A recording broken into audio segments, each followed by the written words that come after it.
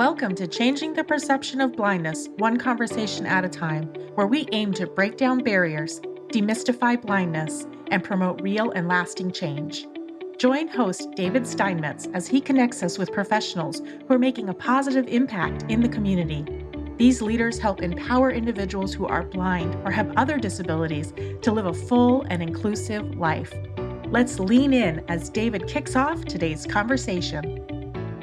Good afternoon and welcome to this episode of Changing the Perception of Blindness, one conversation at a time.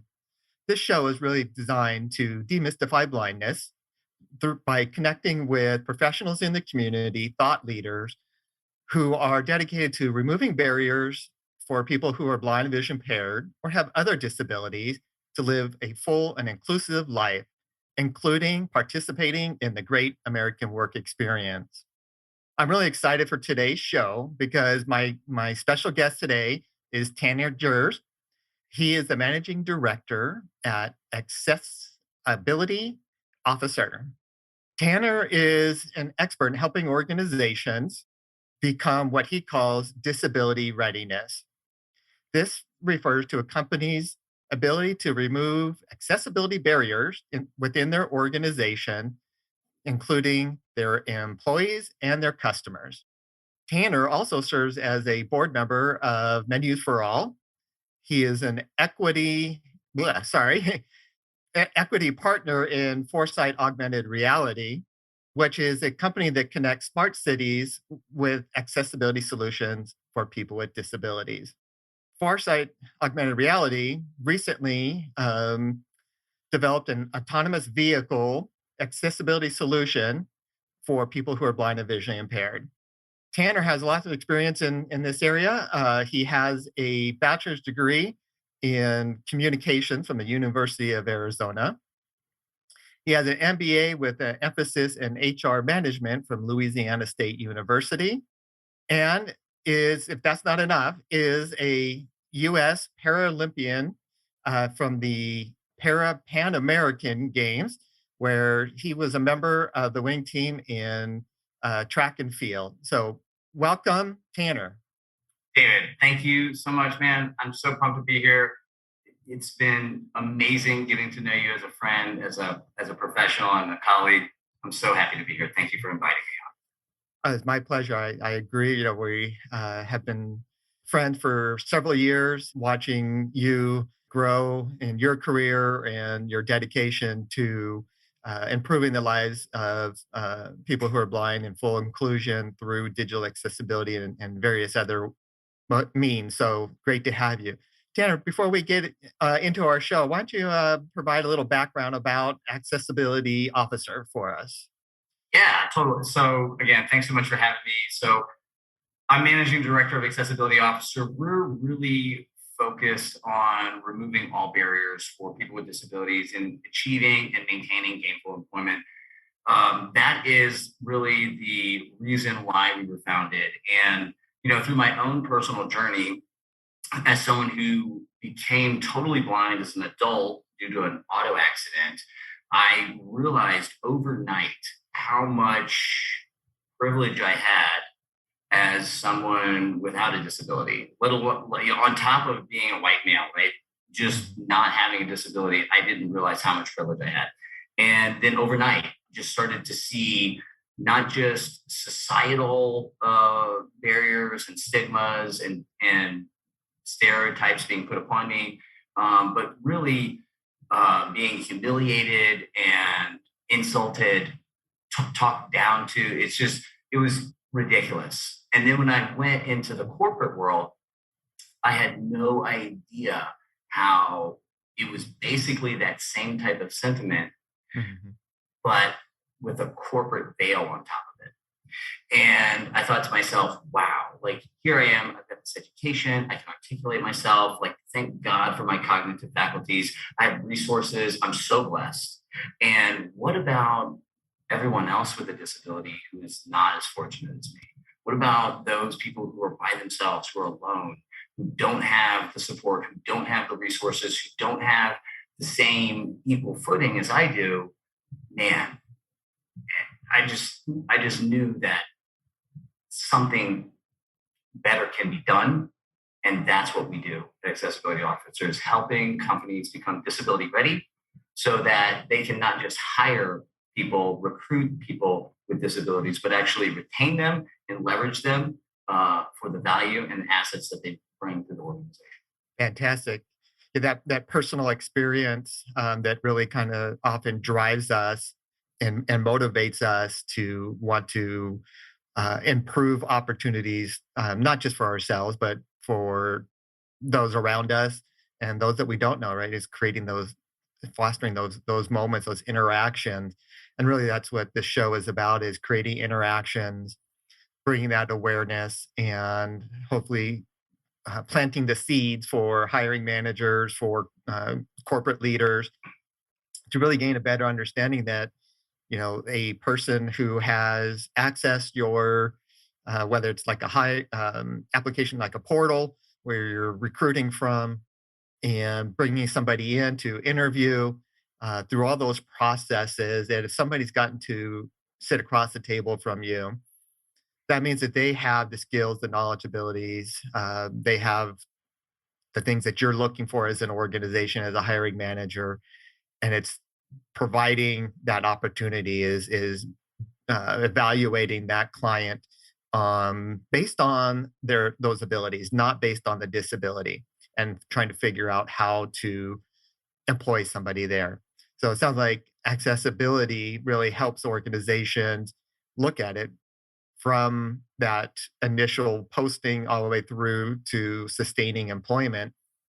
And as we talked about earlier this week and in the past, about, it's not just that getting somebody in the door, but how do you support them going forward? So I'm really excited about today's show, and sharing your knowledge with our listeners today. And thinking about that, what would you say, Tanner, would be, from an organization perspective, might be some of the mistakes or common mistakes that companies may make when they're working towards achieving their diversity, equity, and inclusion goals? Great question. What I'm seeing right now in the marketplace, two big things that come to mind right away is that companies are recruiting and hiring people with disabilities first, and not really assessing their capacity and capability, their disability readiness, to actually understand from an organizational perspective, how do we support this individual? Because it really takes that holistic organizational mindset and commitment in order to make any disability employment program successful. So a gap in organizational awareness and synchronicity. The second thing that I really see is a lack of executive commitment, right? So there's a really low level of executive commitment and accountability for the goals that we have put in place as an organization. So, I think that one of the big differentiators between, how Accessibility Officer approaches this and other organizations that may provide a similar service is that I understand what it means to approach a situation, especially people with disabilities, with a lack of awareness, a lack of education, a lack of understanding, and especially a lack of empathy. And I know this intimately because I did it to myself, right? As a totally sighted person, a white male, an adult, never had a problem getting employment, never had a problem navigating, never even interacted with a blind person prior to me losing my sight. I immediately wrote myself off. And I thought that my life was over. I thought my life was meaningless. I thought it was worthless. I literally thought, to the core of my being, that I would sit in a corner and stare at the wall for the rest of my life. And that is just obnoxious, right? If someone in the corporate world said that, or someone in any kind of public setting said that, especially in today's culture, it would not be sunny days ahead, right? But that's what I did, and I know that that's a lot a lot of executives and a lot of HR professionals have the same level of awareness and understanding. We know blind people exist and we know that they do things differently, but we have no clue how they do it, how they're going to do it, and more importantly, how they're going to competitively do it in my organization. There's great study, as you know, there's great studies that the NID puts out on HR's and executives' understanding for what it means to be disability inclusive and what it takes to get there. And the lack of awareness is astounding. Mm-hmm. Yeah, that's so true. And blindness in particular, and disabilities as a whole, right? But blindness in particular is such a low prevalence. Generally about 2% of the population is somebody who is blind and vision impaired within the disability community. So when you have that first interaction, whether it's in a work setting or anywhere else, right? It's that lack of understanding, sometimes awkwardness. What is this person, with this disability doing in this setting? Why are they here? I go to the movies on a regular basis, and the looks or the stares of people, and I'm walking in a, grocery store, whatever it is, with my guide dog. So there certainly is that awkwardness or uncomfortable. And it's through your organization, through Arizona Industries for Blind and other organizations that work to bring change and bring awareness and change that perception, and help people gain a better understanding that, whether it's a piece of technology, evaluating your systems or processes going forward. But you also mentioned that commitment. There seems to be a lot of conversation, diversity, equity, inclusion, DEI, going around right now. And over the last several years, there's been a bigger emphasis on that. Groups are being focused on, but we also need to look at the untapped workforce of people with disabilities. We need to make sure that disability and accessibility is included in DEI, from our perspective. I 1,000,000%. I mean, if there's the top three things that I'm seeing in the marketplace was the first two that I mentioned, and then what we're broaching here is that organizations are using or trying to leverage traditional DE&I strategies and tactics, applying them to people with disabilities and not understanding how insufficient or inadequate those strategies and tactics are. And then also because of the thing that we were talking about earlier, the lack of awareness, education, understanding, is that they can't understand, like, why is it not working? It's worked for LGBTQ, it's worked for our women, it's worked for our racial diversity. Like, why is it not working here? Yeah, absolutely. Right. It's awareness, and you mentioned commitment, right? And from leadership, and ensuring that they're building that culture within their organization. So the hiring managers, the supervisors, and other employees are aware of and support the process. And, I think that there may be sometimes, I think you mentioned, the gaps in that is how we fill those gaps and provide that plan or strategic plan, roadmap, and build an effective program that supports people with disabilities. Which really kind of thinks to me is, in terms of organizations who are, we talked about some of the who are considering it, those who implement and get it right compared to who don't get it right, despite a lot of time, spending a lot of money in the process to try and implement a disability inclusion program. Over your career and through accessibility officer, where do you see those who are doing it the right way and those who are struggling? Great question, David. I'm so glad we're going hard on these. So the companies that are really doing it right, like, they have that commitment, but they lead by example, and they're not afraid to communicate truth or progress or their weaknesses, and they're committed to getting it right by leveraging expertise outside the organization or bringing expertise into the organization. Mhm. So let's kind of unpack that a little bit. So, organizations that are getting this right, that are committing to it and leveraging external or internal expertise. right? So one of the common misunderstandings about the disability community is how robust and diverse it is. Like, not only are there so many different types of disabilities, right, across sensory, motor, cognitive, Mhm. other, right? There's so many types of disabilities, but then there's the continuum of severity, right? I'm totally blind.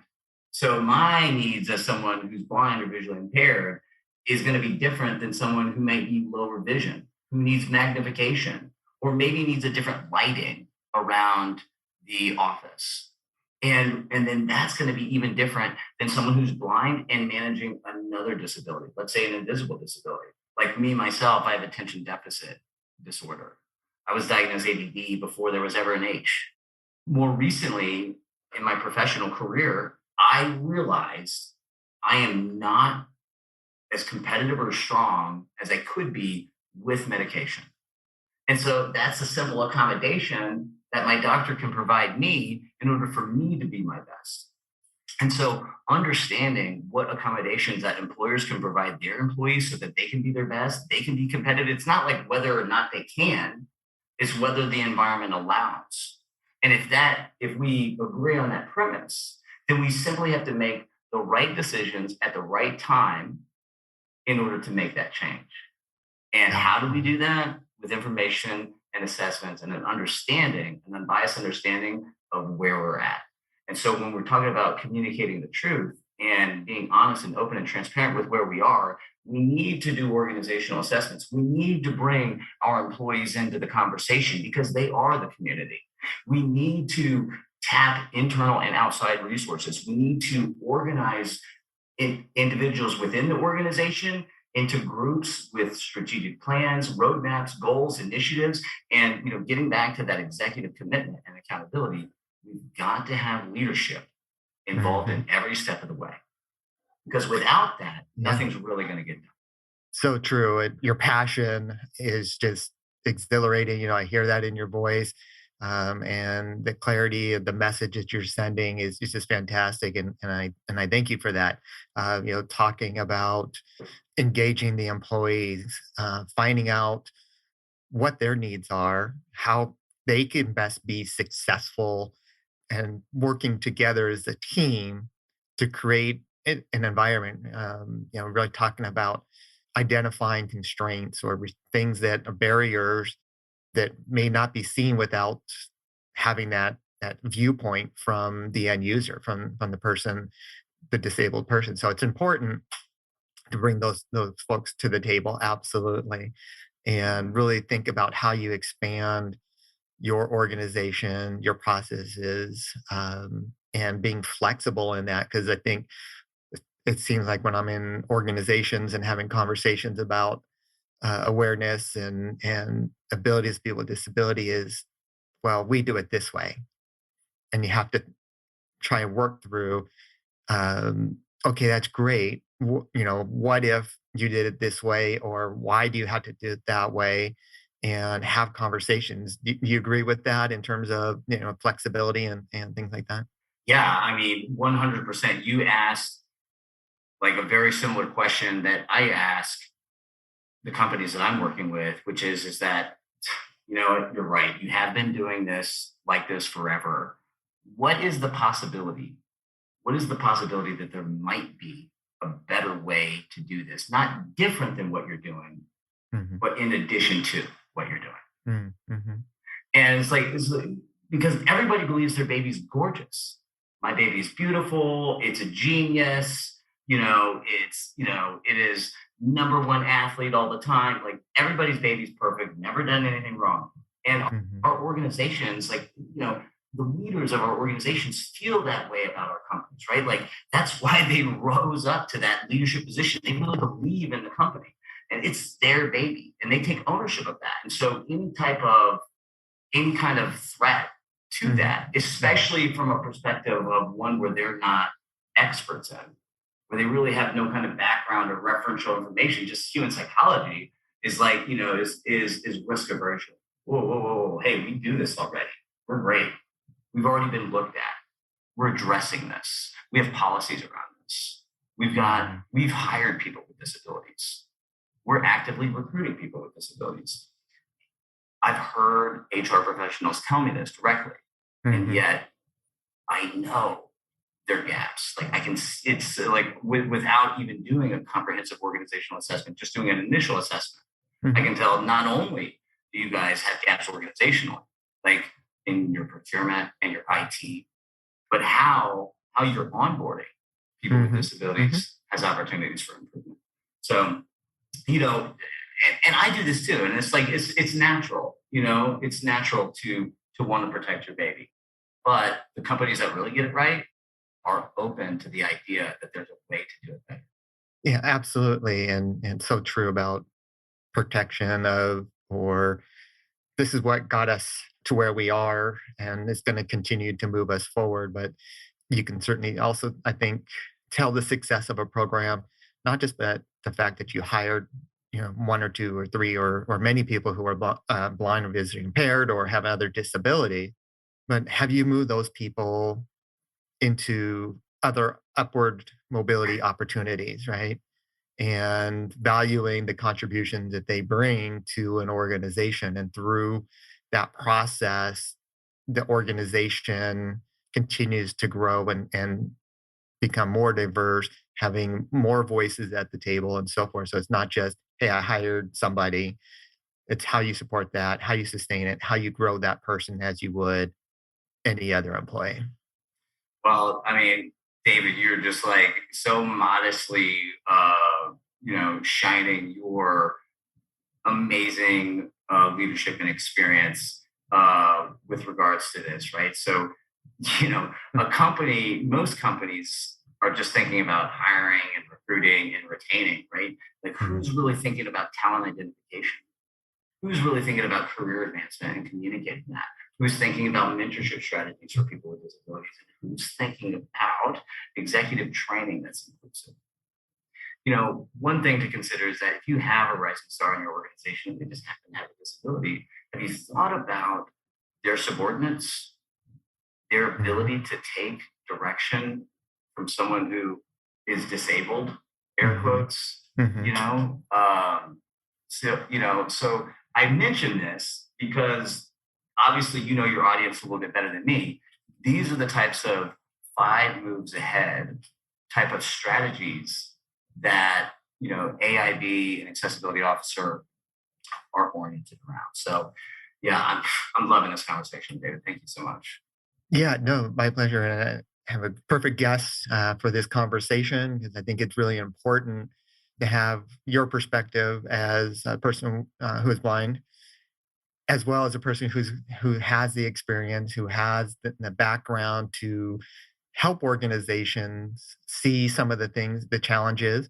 And I think, as you mentioned, really is being willing to look at that and then work towards identifying solutions to that.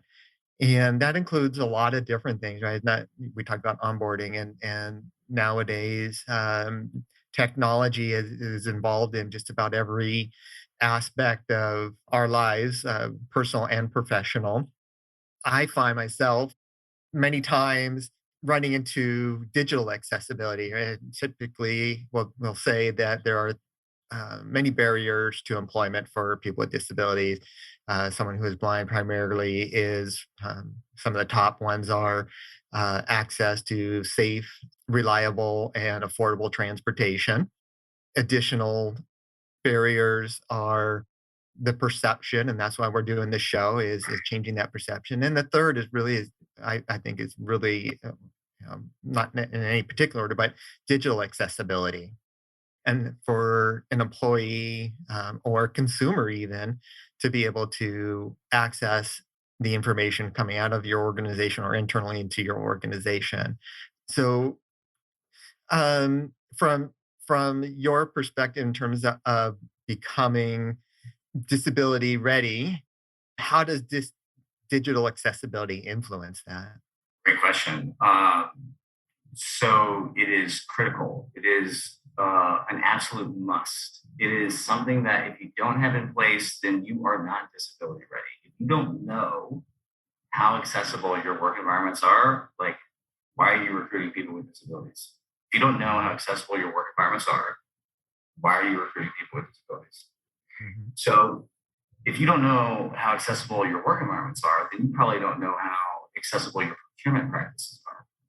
What are the questions that you're asking your software vendors before you make an organizational buy? Mm-hmm. How are you equipping your IT in order to problem solve and troubleshoot application specific issues with a screen reader, with a magnifier? So, digital accessibility is more than just making sure that a PC or a Mac has voiceover or JAWS turned on, Mm-hmm. right? Getting back to the first problem that I see in the marketplace is like it really takes an organizational commitment and synchronicity in order to make all this happen. And then we do that. Okay, so we've got this work environment accessible, and what do I mean by that? Okay, so we've validated that our vendors are accessible. The software platforms themselves are accessible, and or at least the areas at which the person with a disability is accessing. There's third-party vendor management strategies in order to improve accessibility that are tangential to the point that I just mentioned. I won't go into that now, but so let's say we get our vendors and we know that the work environment is digitally accessible, but then our person with a disability needs a different type of accommodation. Mm-hmm. They need a different type of software. They need, because of the way that your organization has addressed document accessibility, you now need to provide this employee with a specialized optical character recognition software that enables them to access the communications that your employees are sending that are inaccessible.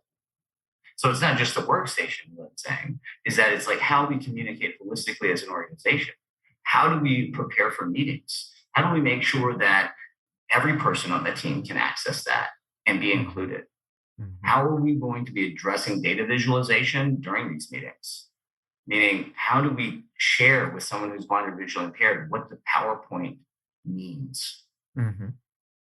And then how do we include them digitally in that conversation that happens day to day, right?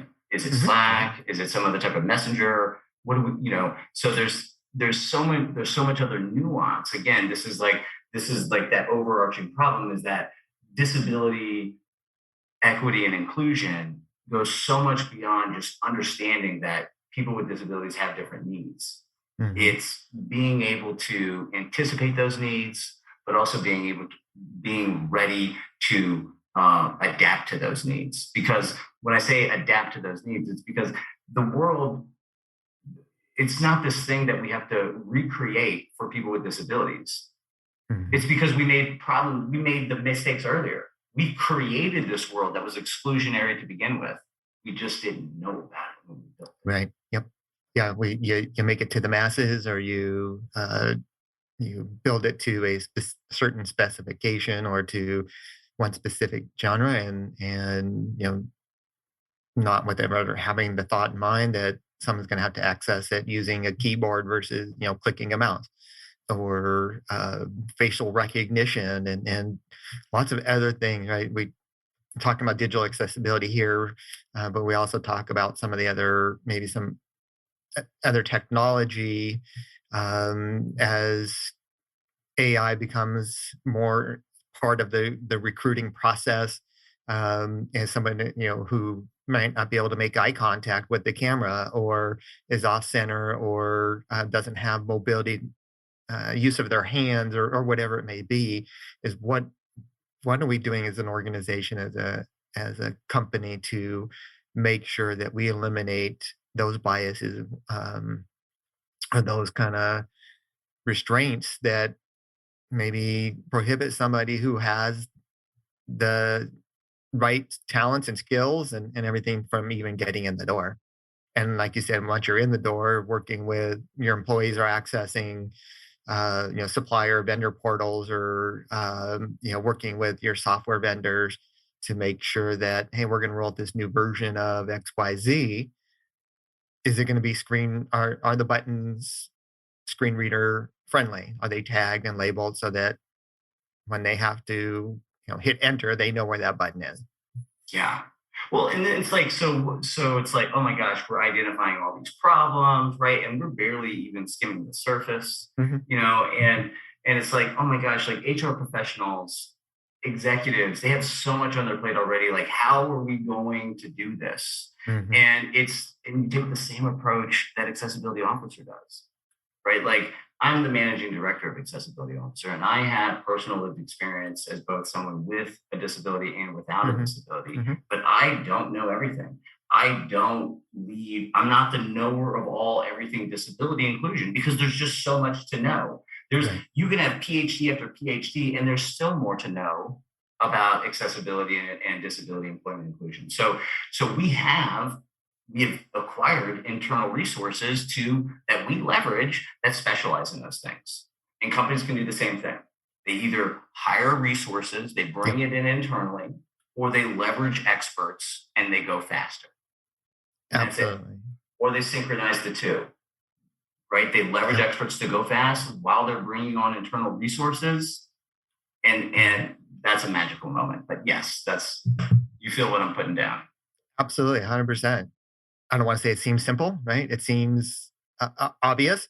It's about making those connections and getting our audience, getting the organizations that you're working to work, your partnership to get that aha moment and understand that, yeah, it's manageable, it's doable, it brings a lot of diversity, wealth. I'm going to say use the word wealth to the organization in terms of value and contributions to your organization by having a program that in, is disability ready, that focuses on employing people with disabilities and utilizing their talents and their skills and their backgrounds and experiences. All those things come into the workplace, and it's really recognizing that and having that focus that says, I value that, and you are a valuable member of that organization and contribution. Yeah. So we're talking a lot of different things here about digital accessibility, about some of the barriers, what is done right, and what is organizations may have challenges or kind of go off in the weeds and have this concept that this is what we want to do, but never seem to get there in terms of time and making sure that we're doing good. But I'd love to hear maybe sharing with our listeners today, what are some of the tactics that they may be able to implement right away to help them, get on the road and achieving their diversity, equity, inclusion, and becoming disability ready? Yeah, totally. And we're about 23 minutes, so top of the hour. Yep. Thank you for asking that. This is really important to me because these tactics can be like are pretty much free. What I'm about to share with you, and some of them are going to be more relevant for organizations that maybe have already started their journey, but this should be applicable to almost everybody that's watching and listening. So we kind of talked about this: advance the organizational mindset towards inclusion, that commitment, and then synchronize departmental operational ability, right? So it's like, is the procurement bone connected to the IT bone, which is connected to the HR bone, which is connected to the executive bone, right? Which is connected to, the service delivery department. So how do we do that? And then increase executive, well, first off, we've been talking about this. It's communication. How do we do that? It's communication, right? So we've got to establish the goal, right? Create a strategy to achieve that goal and outline the tactics to do that. So if we're applying that to departmental operational ability with regards to disability inclusion, then we need to have HR saying, hey, IT, hey, procurement, we're bringing on these people. What problems do we need to look out for? Please be aware of this, and IT and procurement is talking with HR. Hey, we're running into this issue with our vendor. What do you think? How does this expose us to risk? IT's like, oh my gosh, we're really having problems. We're really having problems with this application. We can't seem to get it to work. We really need a third-party vendor management strategy here because our hands are tied. Mhm. So those are just some communicative examples of what fluid department operation should look like. So, of course, we already talked about increased executive sponsorship and communications and accountability. So I won't go into that one too much anymore. But this is really critical. This next one, which is determine and provide actionable data that accurately informs the decision-making process, right? So how many people with disabilities do we have self-identified that are employed by us? Mm-hmm. How many, then that might give you an idea of how many we might not know about, right? Mm-hmm. Like we know the numbers, right? So we can conservatively estimate that it's 15% of our employee population has a disability. So if we've got 100 employees and we think that we've only got 2 people with disabilities, there's probably 10 or 13 more lying around somewhere. Mm-hmm.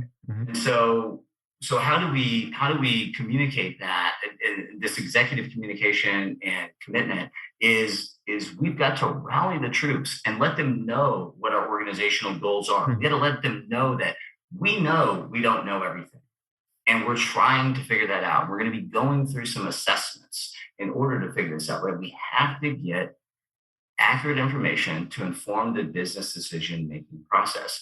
If we, like, for example, if we find out of the 10 people that we have hired with disabilities, 8 of them are blind or visually impaired, and 2 have cognitive impairments, maybe we focus on supporting the existing employees we have, create programs, policies, and processes around these specific disability types, and then begin to build out the program from there. Meaning either focus, continue to rinse and repeat, right? This is not patent pending information, right? Like Microsoft is doing this, right? They have a huge focus on cognitive impairment, specifically people with autism, right? And so if you have this accurate information informing your business decision process, then you can allocate resources, focus, attention, and create accountability correctly in order to support your existing employees. And what's that going to do? You're going to get higher performance out of them. You're going to get greater commitment. You're going to see your team, the actual people, the employees with, in air quotes, without disabilities, seeing how inclusive the organization is. They may self-identify. They may then ask for an accommodation that gets them 5% more productive, 10% more productive, 20% more productive. They start thinking about new creative ways to operate. They're internally, entrepreneurially creating operational innovation. Absolutely, right? They begin, it's like this whole cascading effect that happens, right? When we invest in our people, it's, the thing that I say is drive, ability, DNI, maximize ROI. It's like when we really drive our inclusion in our organization, that's when we're really going to start to see the benefits, because all the unmeasurables that I just mentioned, they organically start to happen. And that's how we get disability, disability goal oriented to really becoming disability ready.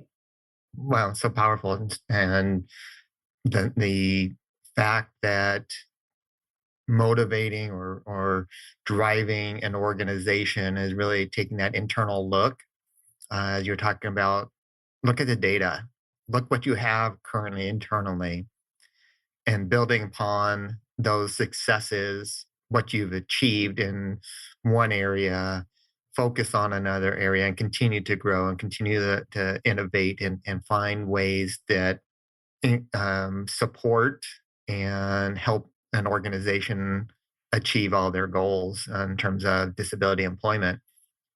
And just very, very powerful, response to that, and I appreciate that very much. We talk about some of those things in terms of driving that data. Are there things that your organization can do to help a company or partner that you're working with build that strategy or gather that information in terms of helping them moving forward? Yeah, totally. I mean, there's multiple opportunities. So For organizations that really want to have a specific conversation about their needs, what their goals are, what their current situation is we offer initial strategy sessions complimentary. It's just one of the ways that we help the community. And we will identify some problems, we'll identify some solutions, we'll identify some strategies, we'll give you actionable tips to actually implement and start to make change. And then if you want to continue working with us, then we can figure that out. The other thing is that we offer a free disability readiness quiz. I believe it's like 9 or 10 questions. It should take you less than 10 minutes to do. And it gives you a real high level overview of what your disability readiness is based on your answers. And then you'll get those answers are weighted, and based on your disability ranking, your readiness score, you'll get some customized solutions or tactics and strategies based on where you may be at organizationally from a disability readiness perspective. So there's two things. So strategy session and the disability readiness quiz. Awesome. So the self-assessment tool that you have, is that on your website? And where would somebody who is looking to implement a process or even just evaluate where they are in the process, I think would be a good tool as well, right? Totally. Yeah, absolutely. It's if you want to get really an unbiased assessment of where you may or may not be at, is have your director of HR, have your CHR, your CHO, CHRO, take the assessment. Have another executive take the assessment. Have a supervisor take the assessment. Have as many people as you want to take the assessment, but it's a really great objective way to see what employee sentiment is, what employee understanding is, what awareness is, and where you're at organizationally, right? Because an executive is going to say one thing, a frontline manager is going to say something else, Absolutely. and then the third opinion is going to be the employee. Mm-hmm. And there's even some other conversations and different things that are happening in between there. But those are the three conversations that there's four. But those three conversations are ones we should be having. And if we're not having them, like if we're not assessing ourselves at those different levels, if we're not communicating, people don't understand their responsibilities and how they're being held accountable. Again, and we don't have that executive commitment, nothing's going to change. So those are some things that I'd be looking at. Yeah, absolutely. And having open, honest conversations internally at all levels really is important to understanding opportunities for improvement. And really that's what companies ultimately want, right? Is to continue to improve, to find ways to innovate and find ways to grow and serve all the needs of their internal, all their stakeholders, internal customers, external customers, and the community as a whole. And how you bring that value is that you're committed to that. So I think having those conversations internally as well as externally, what's working for us, what can we do better to improve our relationship or interaction with our customer base or whoever that end user is. So it's taking those assessments, I think, is crucial, and being honest and realistic in those responses. Well, and let's take a strategy, a strategy play out of like the Fortune 500 playbook, right? So, it was just Global Accessibility Awareness Day was on the 19th, right? It just passed. Yep. And what did we see a lot of organizations talk about? Like, what did we see a lot of public releases about? It was or press releases. It was all about how organizations are, in one way or another, they're committing to their customer accessibility experience. They're committing to their disability employment programs. They're expanding this way and they're expanding that way. It's all these different commitments about how they're becoming more and more inclusive and what they've already done, what they're doing, and why that's important. But why would they be doing that? If you are not leveraging your disability employment program, your customer experience accessibility program, if you're not marketing that information to demographics that are trying to align their wallets with the companies that they believe in, that share the same principles with them, you're really trying to make lifetime customers, talking about what you're doing for people with disabilities Mhm. is a good strategy to do that. Absolutely. Absolutely.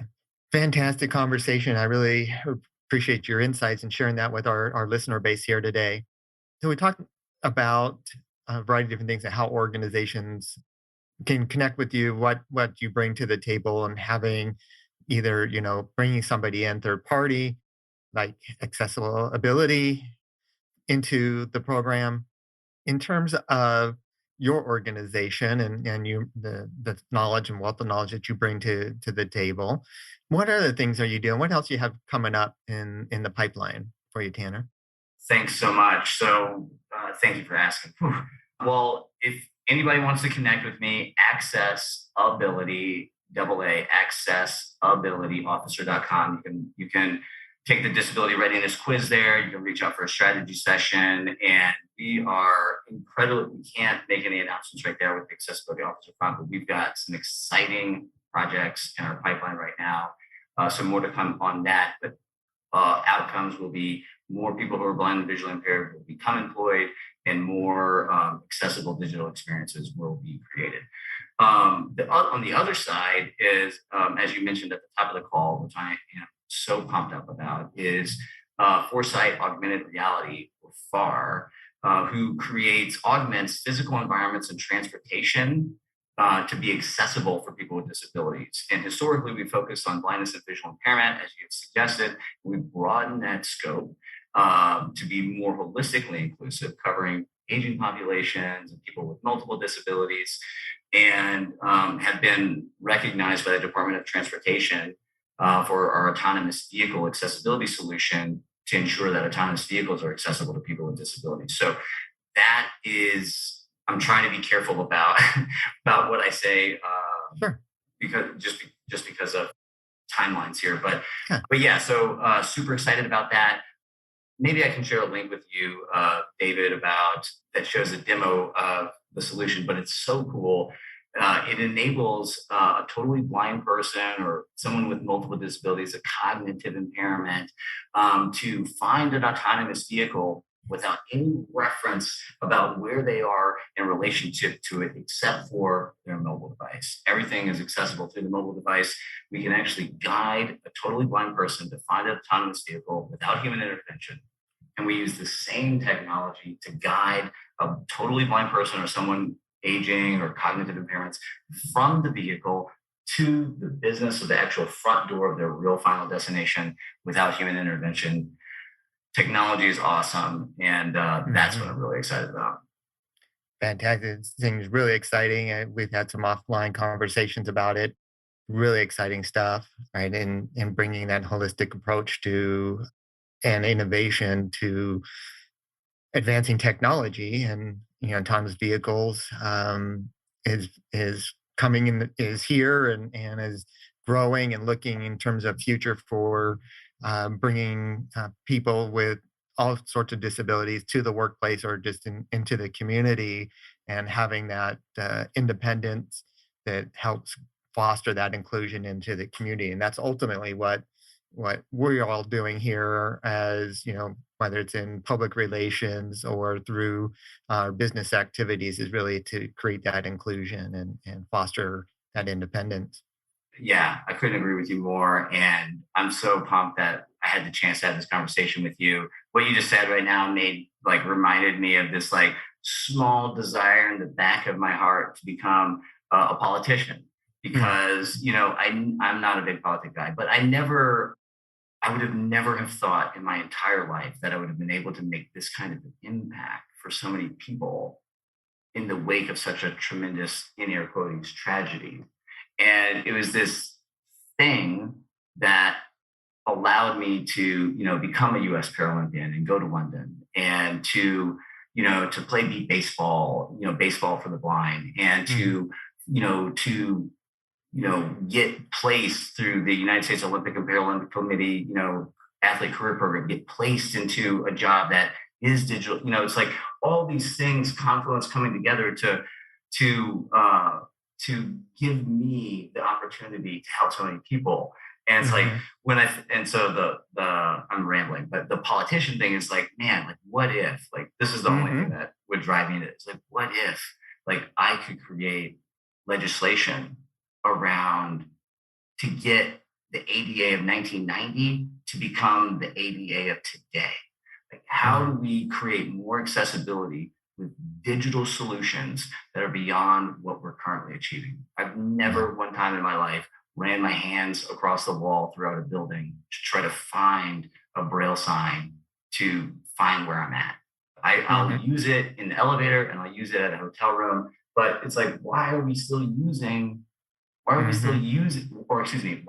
only using that with regards to sensory disabilities, for physical? So there's so much work to be done. I'm so blessed to be in this industry. I'm so blessed to have you as my friend and a colleague. Thanks so much for having me here today, David. Thank you, and I'll vote for you there, Tanner. I'm gonna leave it right. I'm gonna leave it right there. That just powerful, impactful words, and thank you for sharing your insights. We're bumping up on our time here, but I'm just so grateful to know you. Grateful to have you on the show today. You can be found. You want to just do a quick shout out and how to contact you real quick? Yeah, thank you. So we chopped up my last name in a really strange way and pronounced it differently just to confuse everybody. It was intentional and it was premeditated.